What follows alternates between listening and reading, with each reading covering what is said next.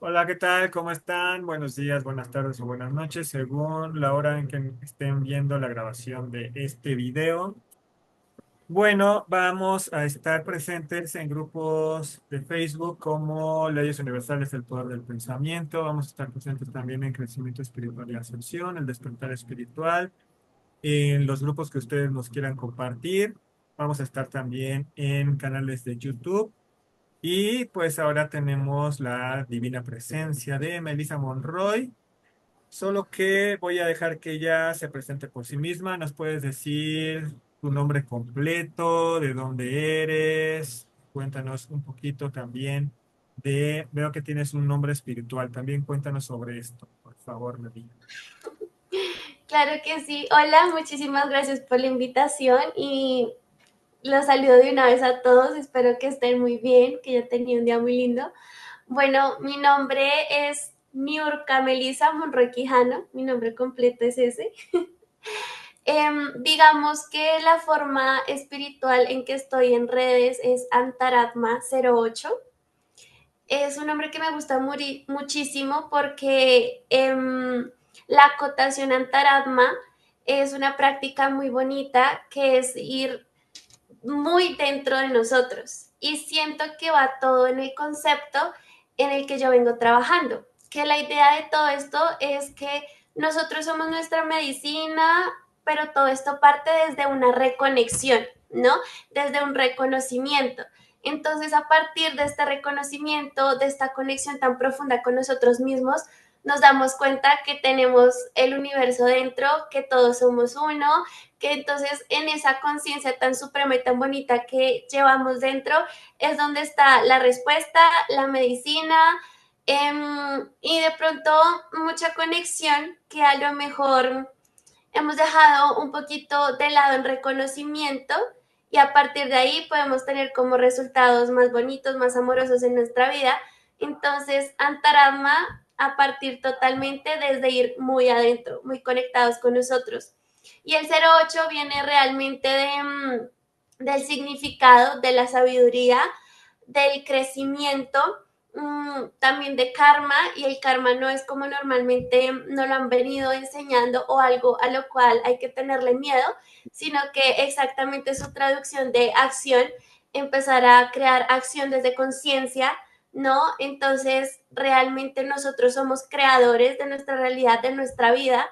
Entonces, con esa conciencia, con esa acción, es que vas creando realmente tu karma a través de, y si lo haces con esta introspección tan bonita y desde el interior, pues todo cambia, ¿no? Porque como estás adentro, estás afuera y percibimos como somos, ¿no? Entonces la realidad es muy relativa. De ahí parte como todo esto. Claro, hablando de karma y del nombre, porque a mí me parece muy importante el nombre de cada persona.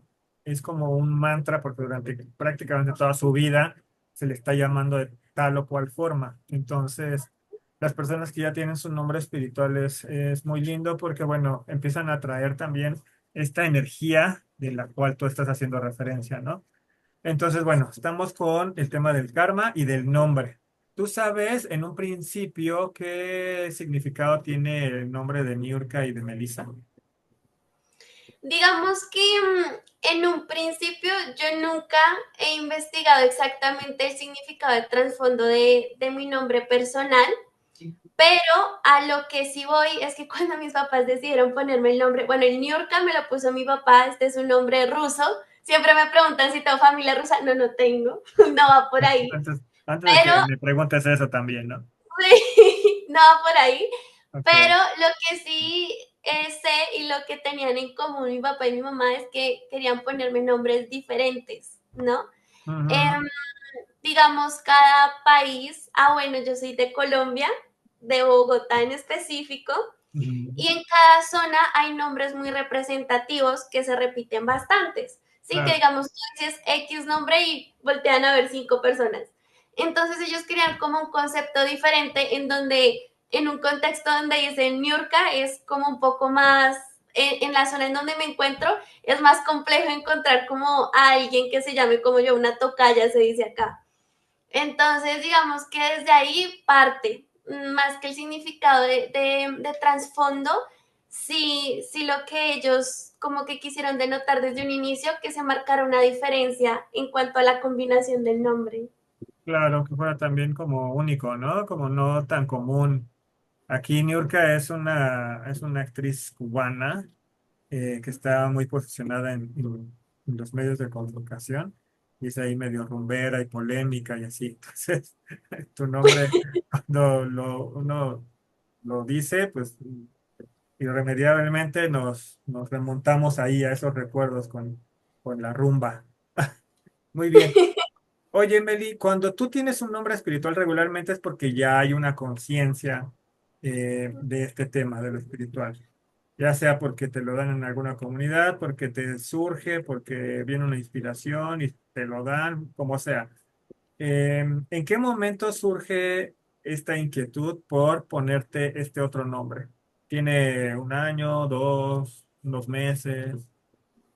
Unos meses realmente ha sido más una iniciativa de este año.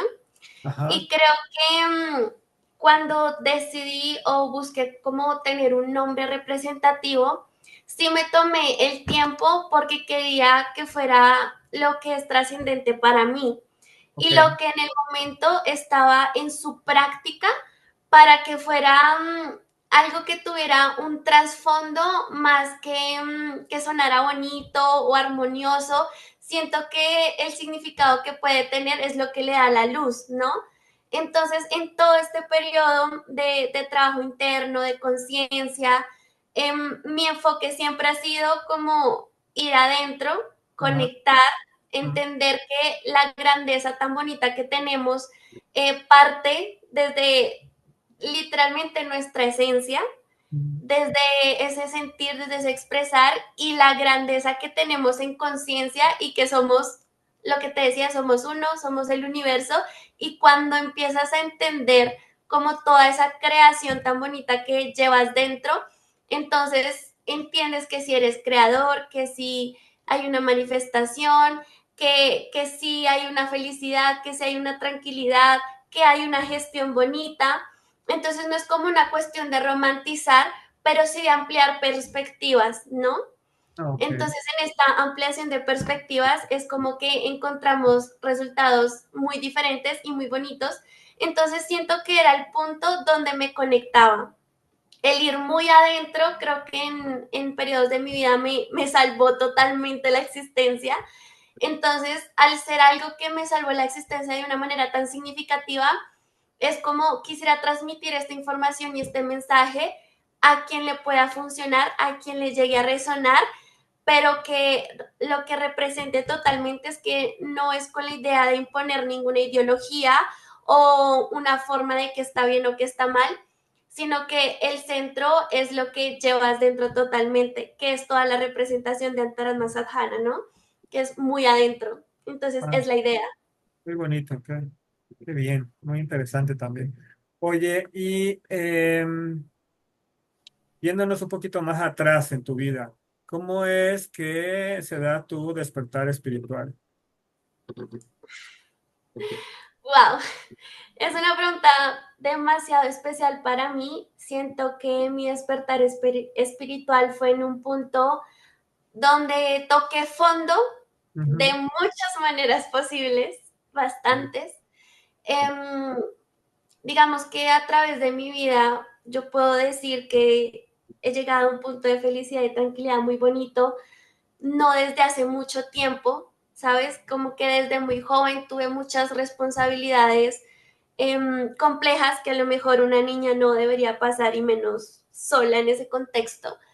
Entonces, a mi corta edad, o sea, ya estoy a punto de cumplir los 24 años, a mi corta edad sí he tenido muchas experiencias muy fuertes en cuanto a enfermedades terminales, ¿tuyas pérdida o de seres a tu alrededor?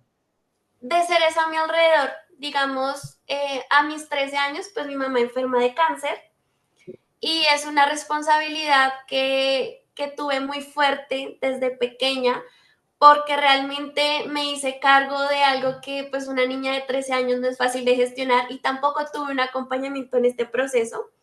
Entonces yo fui al soporte de mi mami. Ujú. Es una situación como que nos unió un montón, la verdad, pero pues que no fue nada sencilla. Y realmente a partir de esa experiencia es que yo empiezo a desarrollar mi ansiedad y mi depresión. Mi ansiedad empieza con este miedo y este pánico de que mi mamá muera, de ¿A esa que misma edad, a los 13 años, o se detonó después? desde los 13. Ok. Porque entonces yo tenía que estar pendiente de darle los medicamentos en la madrugada, ¿no? Y me despertaba asustada a ver si estaba respirando, porque pues en un momento en donde ella claramente estaba bastante delicada de salud, ella ya quería partir. Y escuchar a tu mamá que se quiere morir es una situación muy compleja cuando eres una niña. Entonces para mí era como, mis hermanos ya están más grandes, pero yo aún te necesito. Entonces fue una situación que empezó a detonar muchas cosas porque yo no tuve un acompañamiento ni de entender lo que estaba sucediendo al alrededor. Entonces, desde ahí empiezo a crear un papel en donde tengo que ser fuerte para mi mamá, en donde no está bien mostrar mi vulnerabilidad porque tengo que ser un soporte, en donde la tristeza y la soledad como que empieza a crecer y a partir de esa experiencia se empiezan a desencadenar como un montón de situaciones y muertes también de familiares cercanos precisamente de esta misma enfermedad de cáncer. Afortunadamente mi mamá al año se recupera en salud. Eh, Hubo un Mm. tiempo en donde estuvimos viviendo las dos con mi abuela porque claramente se dieron cuenta que una niña de 13 años no puede hacerse cargo porque yo hasta la inyectaba, o sea, cosa que debería ser un adulto. No. En el sentido que ella tenía su catéter y yo le daba su inyección, ¿no? Estamos las tres, entonces nos volvemos súper unidas. Mi abuela cuida de mí, yo cuido de mi mamá y empezamos como este proceso. Pero pues ya cuando ya se recupera, empiezan a haber bastantes muertes muy representativas para mí de familiares que han sido espectaculares y demasiado cercanos. Y la primera de ellas fue la que más me marcó, porque era un familiar demasiado cercano, un ser demasiado especial.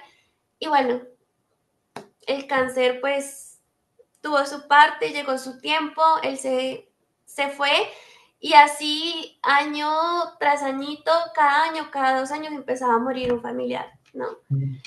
Y digamos que esto, más el contexto de la casa, ya cuando estábamos viviendo todos juntos, era complejo en bastantes aspectos, entonces realmente mi adolescencia yo me sentía muy sola y no tenía con quién compartir esto.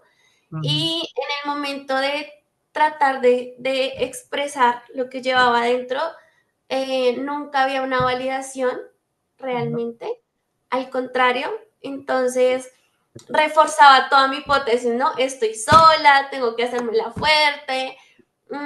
Entonces creo que tenía estados de ánimos muy fluctuantes, tuve hasta una época un poco más rebelde, en donde pues yo sentía que no importaba mucho, entonces a mí tampoco me importaba nada en lo absoluto. Ujú. Ahí es donde empiezo a tocar como muchos altibajos, tuve problemas de alimentación también, Sí. em, de devolver la comida y de no comer. Entonces, o no comía o comía bastante para tener algo que devolver. Entonces, me empezaba a autocastigar, me autolesionaba, me trataba muy feo, no era feliz con la persona que yo era. Y siento que eso también lo reflejaba en el trato con las personas, ¿sabes? Ujú. Eh, no siento que era una persona muy agradable o muy fácil de llevar Ajá. y muy aislada también. ¿Estamos hablando ahí todavía de 13 o ya estamos como en los 15, 16? Cuando empiezan todos estos trastornos alimenticios fue alrededor de los 15 donde me empecé a lesionar, también fue a los 15. El primer familiar que fallece fue en el 2015, Mm. 16, 17, uno tras otro de pérdidas y pérdidas. Ok. Y creo que cada vez estaba más rota, más sola. Y y sentía que estaba en un punto en el que no sabía quién era, ¿sabes? Porque ya estaba cansada de tener que encajar con mi familia, de tener que encajar con lo que ellos pensaban estaba bien, de cómo tenía que hablar, cómo me tenía que vestir, si me maquillaba como era, o si no era mucho porque tenía que ser una mujer. O sea, muchos conceptos en donde yo sentía que yo no podía ser yo.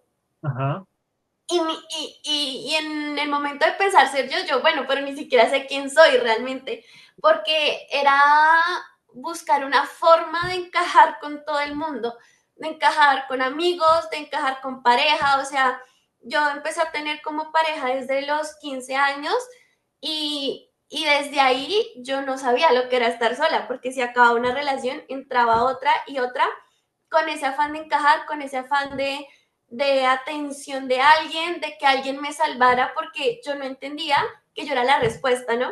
ujú, Entonces, bueno, voy creciendo, todo esto se agudiza bastante hasta que ya a mis 18 años empiezo a tener crisis mucho más fuertes, en el sentido en el que yo ya no lo podía esconder, ¿no? Porque bueno, retomando así, cuando yo tuve mis 15 y mi familia se empieza a dar cuenta que yo me estoy autolesionando y demás, no recibí un apoyo, recibí un juicio, ujú, eh, digamos, fue un desprecio no solo como físico, sino también psicológico, las dos. Fue castigo físico y psicológico, entonces volví a rectificar toda mi hipótesis, ¿no? Entonces las personas me van a querer cuando sea como ellos quieran. Antes de eso no. Y antes de eso nadie se va a preocupar por cómo yo me siento o por quién soy. Entonces, una vez más, tratando de querer encajar con todo el mundo y así yo no quisiera, así no estuviera cómoda, así esas amistades no me gustaran, pero hacía lo posible como porque sentirme perteneciente a algún lado y no sentirme sola, aunque ya llevaba mucho tiempo sintiéndome así. ujú. A mis 18 ya tengo una crisis en la que no, digamos que mis papás tampoco sabían qué hacer, me dijeron como, ya no sabemos qué hacer contigo, nos vamos para urgencias. Creo que en el momento que estuve en urgencias, ellos empezaron a tomar otro punto de partida sobre estos temas. Digamos que no juzgo sus acciones anteriores porque pues no tenían, digamos, las herramientas para ayudarme, más sin embargo no lo justifico en lo absoluto, porque siento que estos temas de ansiedad, depresión y trastornos de alimentación son temas muy delicados y más cuando eres más joven y no entiendes muchas cosas. Realmente cuando en algún punto es como, ay, ¿será que quiere llamar la atención y demás? Mira, yo no sabía lo que era una depresión hasta que un psiquiatra no me sentó y me dijo, estás en una depresión terrible. No lo sabía. Yo no sabía que estar deprimido es llorar todo el día, es no querer comer, es querer dormir todo el día, pero en la noche tener insomnio, tener pesadillas terribles, estar súper de mal genio, súper irritable, querer alejar a las personas, que la ansiedad era que todo tu cuerpo te suba, te pone el corazón a mí, te imaginas escenarios terribles, pero realmente para mí esto era algo normal, ¿sabes? Para mí era normal estar constantemente en dolor, para mí era normal constantemente estar ansiosa, estar nerviosa, sentirme triste, entonces para mí era algo tan normalizado que pues cuando detonó, que ya yo no me paraba de la cama, que tenía ojeras y que ya no sabían cómo más animarme, mis papás, vamos a comer helado. Y yo mirando para todo lado y no me hallaba y trataba de alejarlos, era grosera con las personas y estaba como muy en mi mundo. Entonces ahí es cuando ya tenía ideas como de terminar con todo, ¿no? De Ok, no querer más. terminar con tu vida, básicamente, ¿no? Sí, Oye, y entiendo que afectó, por ejemplo, tu círculo de amistad, o sea, tus relaciones interpersonales, también impacta tu relación con tu familia, ¿no? Eh, y tú tenías una vida académica, me imagino. ¿Hay un impacto también en esta vida académica o como sí, que, sí? totalmente, porque con todo el proceso de cáncer de mi mami, yo perdí un año, séptimo, y pues no había recibido mucho apoyo del colegio en el proceso de mi mamá, la verdad, una vez más sola. Entonces, a mis 18 años, yo estaba en el último año de bachillerato, ¿sí? Ujú, Del colegio. Y acá es cuando tengo esta caída en donde a mí me iban a hacer un semi-internado, que era no dormía ya, pero tenía que ir todos los días a terapia. Sin embargo, para entrar en ese espacio, primero me tenía que valorar el psiquiatra como encargado de la zona, y claro. cuando él me hace la valoración y mi mamá me decía, tienes que decirle la verdad a los médicos como a los abogados, uno tiene que ser sincero porque si no es difícil que te ayuden. Y yo fui sincera. Eh, y yo ese mismo día tenía mi plan y mi idea de cómo acabar con mi vida porque no aguantaba más. Y yo lloraba y le decía, es que no puedo más con este dolor, pero yo no entendía la raíz, o sea, estaba tan pequeña y sin acompañamiento que yo no sabía de dónde surgía lo que yo tenía. Yo solo sabía que me sentía mal y que no quería más. Llega el punto que él me dice, no, necesitamos hospitalizarte. Claro, yo estaba cursando 11. Entonces, entró hospitalizada, claramente le tienen que informar al colegio. Ellos me dieron el apoyo, sí, y realmente no me pude graduar normal como con los compañeros, las últimas celebraciones, no, porque empecé a tener como ataques de ansiedad y de pánico muy fuertes, en el sentido en el que no toleraba lugares donde hubiese muchas personas, me agobiaba a socializar con mis compañeros, estaba muy insegura de mí, entonces realmente no era consciente en el momento, pero me victimizaba mucho.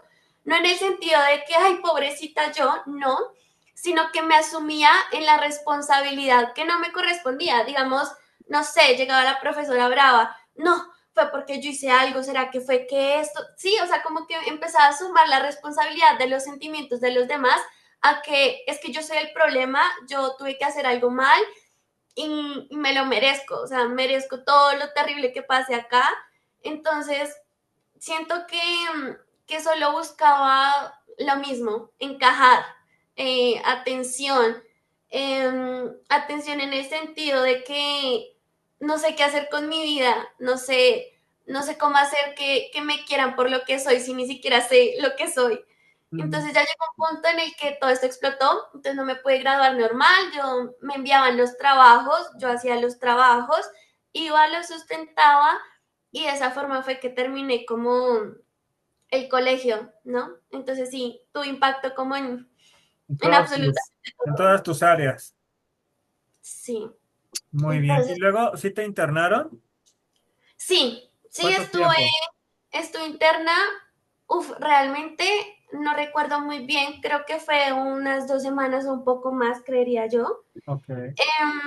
Fue un proceso complejo porque pues en un hospital psiquiátrico se ven casos de todo, que Ujú, mis papás también tuvieron que hablar con el psiquiatra porque cuando me visitaban estaba muy dopada.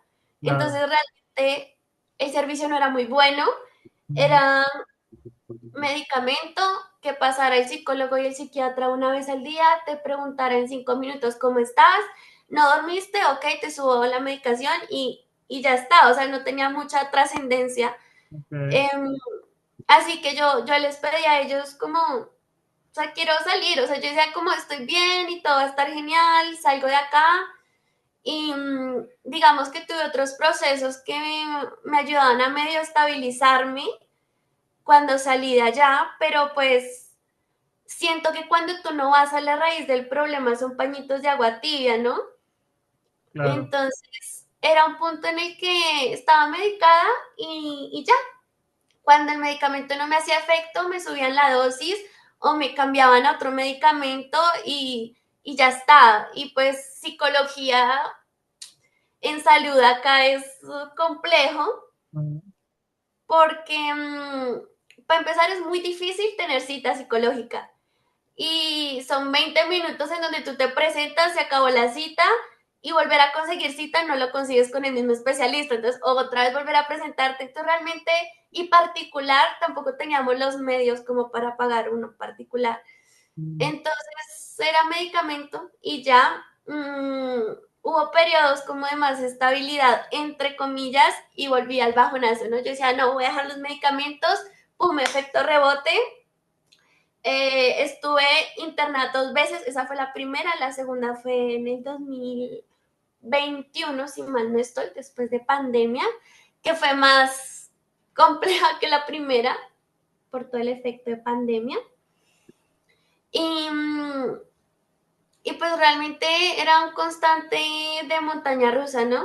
Ya a Sí, mis 20, en el 2020, las crisis empiezan a recaer mucho más fuerte en el sentido que a mí me empezaron a dar muchas perspectivas de lo que supuestamente tenía, ¿no? Entonces me ajá, empezaron a decir, no, es que tú tienes una bipolaridad maníaco-depresiva en desarrollo por las fluctuaciones del estado de ánimo, entonces te medicamos por eso.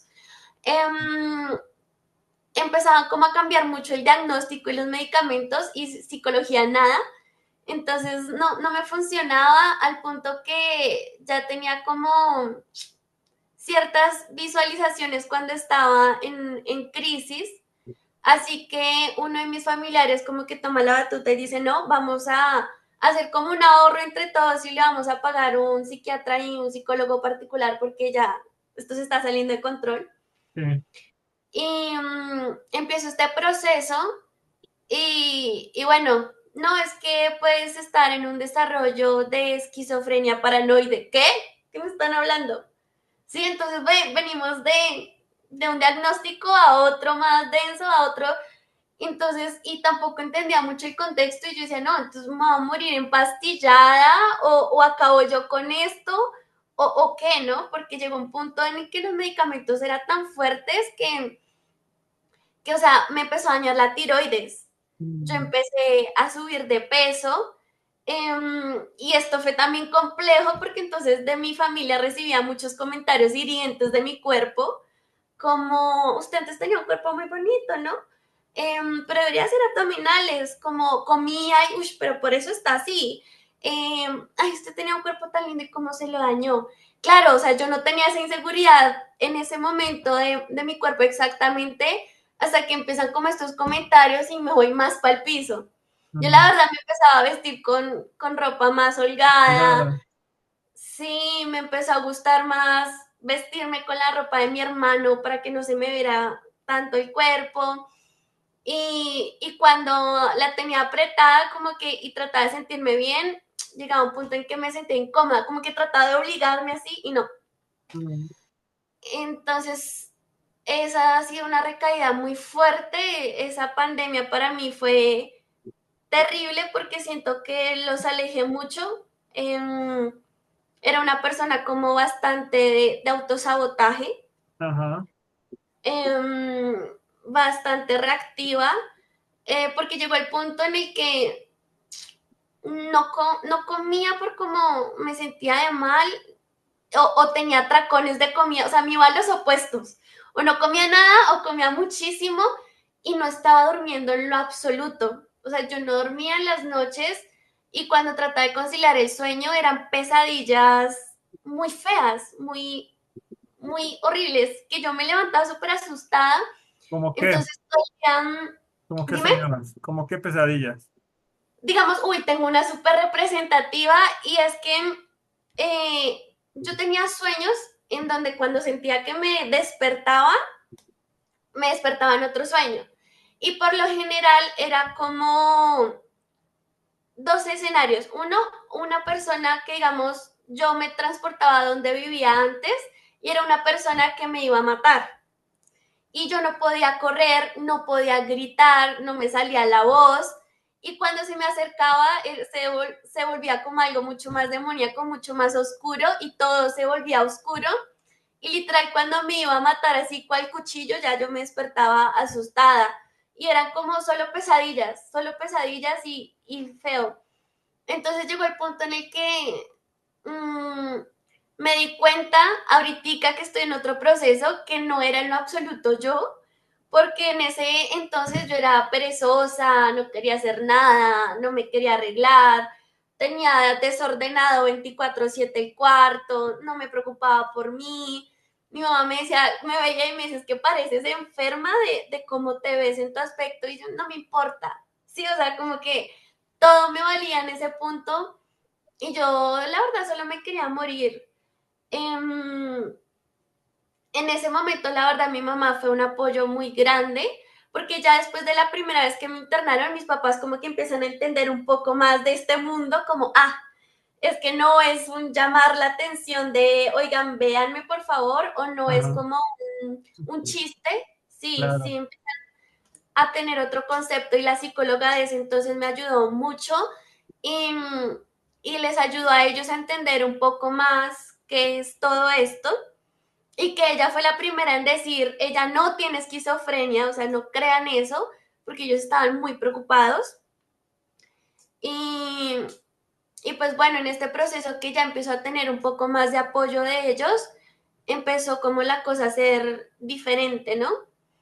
Sin embargo, pues a mis 21 años, las cosas en casa complejas, yo sentía lo mismo, como que se me cortaban las alas porque no sabía quién era yo, no podía ser yo tenía que ser todo al gusto de ellos, yo me desvivía por la aprobación de mi mamá y, y como que el ambiente no era como tan sencillo, ¿sí? En eso yo dije, me voy a ir de la casa. Ok, vamos a hacer una pausa aquí. Me voy a ir de la casa, dice Meli. Eh, por qué de pronto profundizo tanto en su vida y demás? Porque ella ya integró esta parte. Cuando ella no lo integra, seguramente estaría ahorita bañada en lágrimas y igual destrozada y tal. Y no solo eso, sino que les estaría a ustedes brindando un poquito de esa energía de tristeza, de melancolía y tal. Pero cuando alguien ya integra, tanto haciendo consciente todo este proceso que ha vivido, como en el campo espiritual, pues el compartir ya es una bendición. Es decir, Mary lo que está haciendo es dar un testimonio de su vida. Entonces ya se convierte en un alimento para el alma. Por eso es que yo no reparo en que ella siga hablando y siga desarrollando su punto. Esta entrevista va a tener una continuación porque pues tenemos el espacio contado, el tiempo contado, el limitado. Sin embargo, pues los invito a la segunda parte de esta entrevista en donde ella nos va a contar a partir de sus 21 cómo es el proceso en donde pues prácticamente o es para sepultarla o es para que renazca, ¿no? Entonces estamos en ese punto, Las Meli. dos. Estamos en ese punto, Meli, así que tenemos unos cuantos minutos para despedir el programa, así que cuéntame qué es lo que les gustaría entregar como un mensaje ahorita a los que nos estén viendo. Mensaje, cuando entiendes tu historia de vida y de pronto el trasfondo y la raíz de muchas situaciones, te das cuenta que sí hay diferentes formas de ver la vida, sí hay salida, sí hay situaciones que duelen y te rompen un montón, pero cuando entiendes el contexto y cuando aprendes lo que hay que aprender detrás de, es una bendición. O sea, en ese momento es como, no lo olvido porque quien olvida su historia está condenado a repetirlo, pero lo honro un montón porque gracias a todo eso soy quien soy hoy en día y he podido trabajar un montón. Así que no es el final del camino, sí se puede salir adelante a pesar de dolores, a pesar de muchas situaciones, sí hay formas bonitas, amorosas y contenidas de cambiar tu historia, de crear un presente bonito, con esperanza, con perspectivas diferentes, sí es posible vivir sin depresión, sí es posible soltar la ansiedad, sí es posible soltar el rencor, sí es posible convertirte en tu mejor versión y reconocerte realmente quién eres fuera de un contexto de una de pronto condición mental o de una condición familiar o de un entorno social, sino conectando realmente con tu verdadero estado del ser, donde ya no sobrevives, sino vives totalmente en plenitud. Y el mensaje es que sí se puede y hay muchas formas de llegar a este camino que es muy bonito sin romantizarlo porque claramente es bastante fuerte y confrontante, pero sí es una bendición totalmente de que después de ese túnel sí está la luz, sí hay flores, sí, y no es que la vida sea totalmente perfecta, pero aprendes a gestionar de una manera totalmente distinta, aprendes a gestionar con amor, te aprendes a acompañar, a saber quién eres, a ser tu mejor amigo, a aprender de tus errores sin darte tanto palo, ni ser tan duro, ni castigarte, porque entiendes que la vida es un proceso y la vida es una locura hermosa. A mí me encanta decir que la vida es loca y al mismo tiempo cuerda como ella sola, porque en muchas situaciones no entendemos el por qué, pero es, hey, suelta el control, déjate sorprender por la vida, porque sí se vienen cosas muy buenas y bonitas y todo es para algo, ¿no?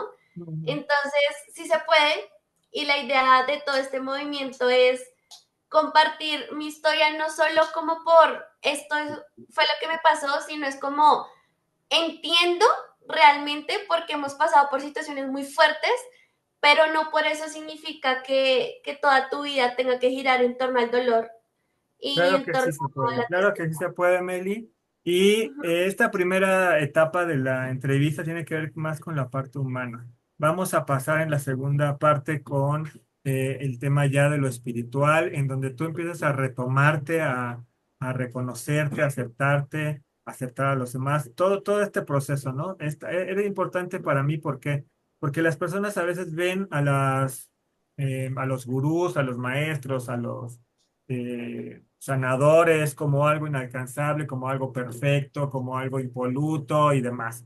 Entonces, esta historia nos hace ver nos hace sentir que nosotros podemos ver tu historia como nuestra, ¿no? Y reconocernos en nuestras oscuridades, en nuestros procesos dolorosos, de sufrimiento, de víctimas, etcétera, etcétera, etcétera, y ver que hay sí una puerta, una salida, que hay una transformación. Así que eso es lo que vamos a ver en el siguiente capítulo de la entrevista. Muchas gracias, Meli. Te mando muchas bendiciones, muchos abrazos, que tengas una linda noche. Y mi alma hace una reverencia a tu alma. Namaste, namaste. Namaste. Linda noche.